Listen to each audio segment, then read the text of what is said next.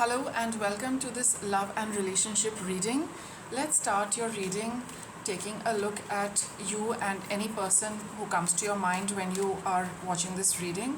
And if you like the reading, do subscribe to the channel for regular updates. So let's see who you are in this particular relationship.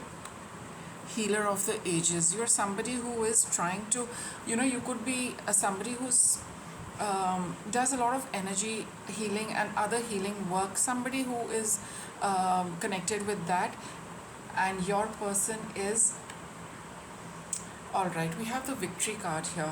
So your person is somebody who is always let's say, somebody who's very, those very ambitious people, high achievers who always want to win. I feel that these are a little contrasting energies, because healers would be, the kind of people who are very mild, gentle, and easygoing. But here, people who are focused on victory, who want to accomplish, who want to be achievers, they have, the very strong masculine energy. And for some of you, it could be a balance between, masculine energy and feminine energy, because and you might feel very, very compatible because, you are embodying most of the feminine qualities, and your partner is, or this other person is embodying most of the masculine qualities, for one. Second thing again I'm getting is that yes, you could be definitely into the healing profession, and your person over here, the person concerned, is more about accomplishment and achieving things in the physical world. If for some reason you feel that it is the other way around, do take it like that, right? And what connects both of you? Third chakra, which is the solar plexus. I think, even for you, there is a little bit, I don't know, I'm getting the word power play. Is there a power play in your relationship? Because this is all, the third chakra, which is the solar plexus, is all about our self. I wouldn't call it the ego, but our self, myself, my confidence, my identity. It's a pretty, my and I kind of an attitude. I think this is what connects both of you. Both of you could be quite individualistic, and also, independent people who live their life their own way and don't really, peep into each other's lives too often, right? You have this thing of having a certain amount of independence in your relationship, where you do your thing, the other person is doing their thing, and there is for some of you it could be a power play, and some of you it could be that we are managing our lives independently, yet we are connected in some way, right? There could be the power struggle which connects you, or there could be the fact that this is what works for your relationship, but this is what you are in relationship with this person because they let you be, they let you do your own thing, and you in turn also let them do the same, right? Now let us see what works for you in your relationship. Goddess of the moon. So I think you have a strong, this is to do with your emotions, this is to do with your intuition, and it's also hidden energy. So I feel with this independence coming over here, I do feel that you let the other person do their own thing, though you know a lot of things about them, but the fact is that at some level the relationship works very well for you. Bearing that in mind, you keep things to yourself and you let the person be, and they in turn let you be, and you don't kind of probe too much, you don't like to get into the depths of too much, and that is the way the relationship works very well.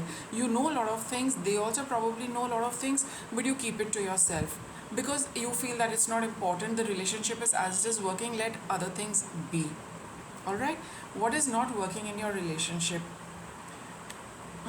There is no I think there's lack of romance, lack of see, with this moon card, which is of hidden emotions as well, probably you feel that at the surface level it is working, you don't connect in emotionally. That is why this very strong energy came, that you like to be on your own, you do, it's a working relationship. At the practical level, everything works very well, very beautifully, without any struggle and strife. But when it comes to emotions, you keep your emotions to yourself. Maybe the other person does, I do not know. The focus is on you because you're watching the reading, right? So you probably don't connect at the emotional level, and that is why that romantic element is a little less in your relationship. For some reason it works, but the emotions are another thing altogether, and this is what does not work. And let's see what you can do about this community. And we have the root chakra. So I think there is some there are some, it goes back to your connection with your family. It goes back to your connection with your family, because of which you are not very expressive as far as your emotions go. And I think you don't connect very emotionally in a relationship. You feel that, I mean, that's your understanding that the relationship is working fine, let it be, it is okay. But as far as the emotions are concerned, you are not very keen on connecting with the person emotionally because of some something about the family or community. I strongly get a feeling that it is the family where you probably did not express your emotions very well with them to start with, and as a result, for you in general, you keep your emotions aside and see to the practical aspect of everything, including relationship. All right, now what will work for you? Let's see how what will work for you. Oh, no, this is not going to work for you. I mean, anxiety says that being anxious about this relationship and what is not working, don't be anxious about this. Don't worry about it, because everyone doesn't have everything. At a certain level, your relationship is working very well. So if you do get anxious that there is, a little less of, the emotional quotient in this, that might be worrying you. But, as long as you feel happy in your arrangement, that is what is important. So don't get too anxious about the emotional aspect of it. Or sometimes you do feel that there is not too much of an emotional bond, but other things are working. In nothing, no situation in the world is going to work perfectly, right? So see what is working, and if you feel that whatever emotional interaction you have that works very well for you, then keep it at that. Beyond that, if once in a while you do get those pangs, it's best not to get anxious about it, because those must be those one-off moments we get. All right, and what is your guidance? Contract.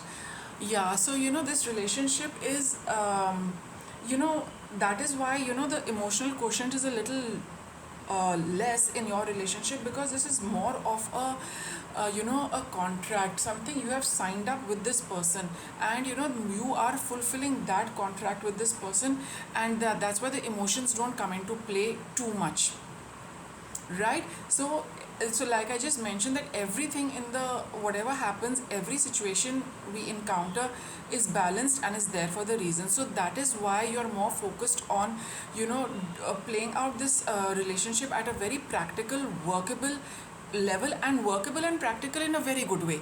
That is not lacking, it is working beautifully. But yes, if the emotional connect is not there, there is a reason, because there is more karma attached to it rather than nurturing attached to it.